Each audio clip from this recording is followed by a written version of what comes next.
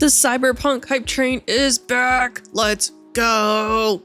This weekend, Anime Japan 2026 is happening right now, and they have a few panels and events showcasing some of the new anime shows and seasons coming out this year.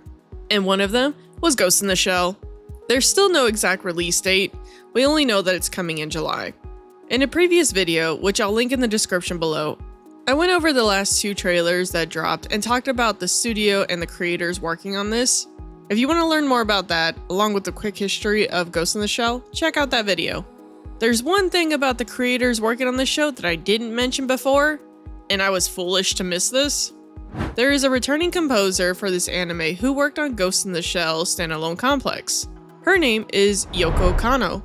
With this trailer, we can hear a blend of electronic, cyberpunk textures, along with a subtle orchestral element underneath it. It makes me wonder, will Yoko Kanno bring back amazing vocals like Inner Universe? Will we hear something similar, or something completely new? This music sounds more like the original movie, in my opinion, than the standalone complex. What do you think? Before I continue, I'm gonna throw out a spoiler disclaimer. The reason being, I plan on giving you a frame-by-frame analysis and showing you how close this trailer is to the manga so far.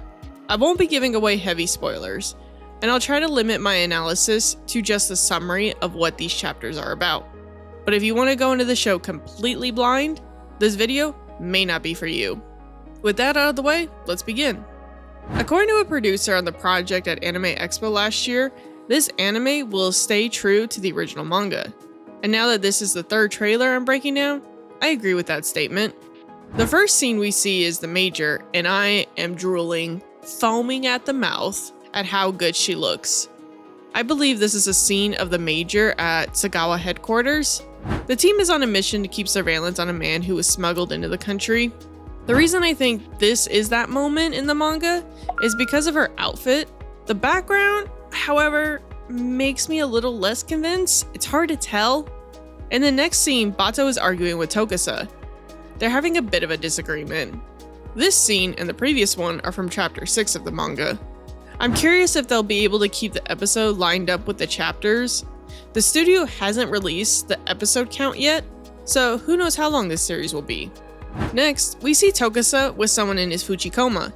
That's a kid he knocked out while sneaking around a facility. This comes from the first mission we see with Section 9.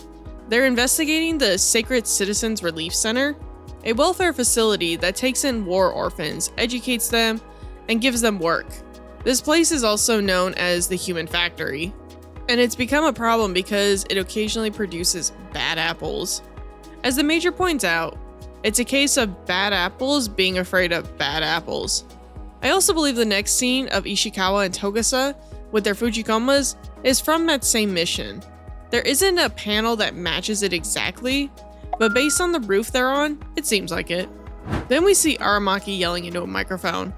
Granted, this could be from multiple moments throughout the story, but my bet is that it's from the first chapter of the manga. The next scene with Fujikoma, I couldn't find an exact match in the manga. There's only one chapter where it's raining, but there's no Fujikoma there. Since this is an anime, they could have added them into the scene or expanded on some of the side stories. We did see episodes like that in Standalone Complex. Next, we see a door opening.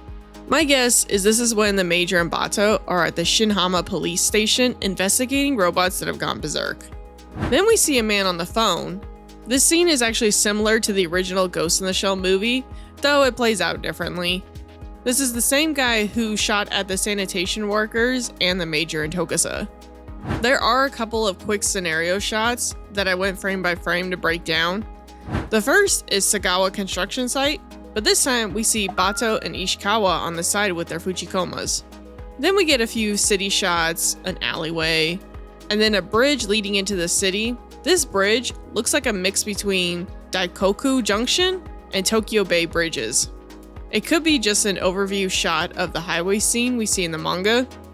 That leads into the next scene of the van, where in the manga we see Tokusa driving it with the Major in the back changing.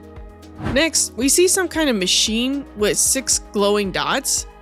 I couldn't find anything that matches exactly what this is, but I'm assuming it might be the tank we see in the series, or some variation of it. Or maybe it's another device holding someone's cyber brain?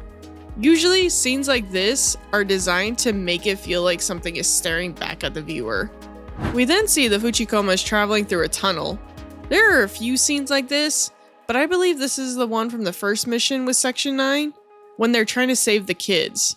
We're back at Shinhama Police Station, where we could see one of the berserk robots in a cage.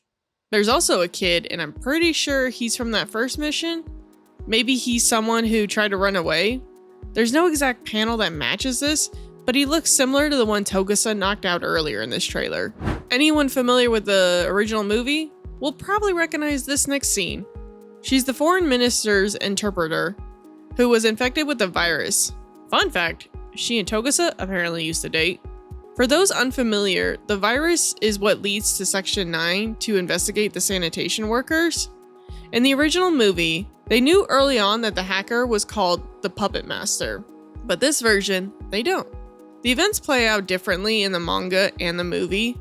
Based on the trailers, it looks like this mission will follow the manga more closely.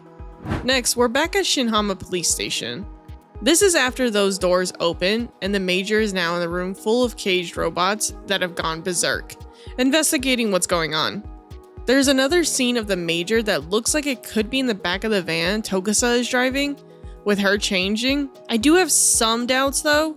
In the manga, there's a Fuchikoma in the van, and it's not nearly as spacious. The lighting is what makes me think it might be the same scene. The next scene with Bato is still part of the berserk robot investigation. He's confronting someone who's trying to run away. This explosion was tough to place. There are a lot of explosions in the series, but I think this might be when Bato and Ishikawa are outside the Sagawa construction site. They try to make their way down, and then an explosion happens. This Fuchikoma with the cloak is a bit harder to pin down. It could be from multiple moments, but based on the blue van next to it, I'm guessing it's right before the guy shoots the sanitation truck and it explodes. The next couple of scenes seem to be from the opening chapter. Aramaki is leading a team of police officers in a raid, and they're being attacked. One of these likely leads to the famous fall scene of the Major.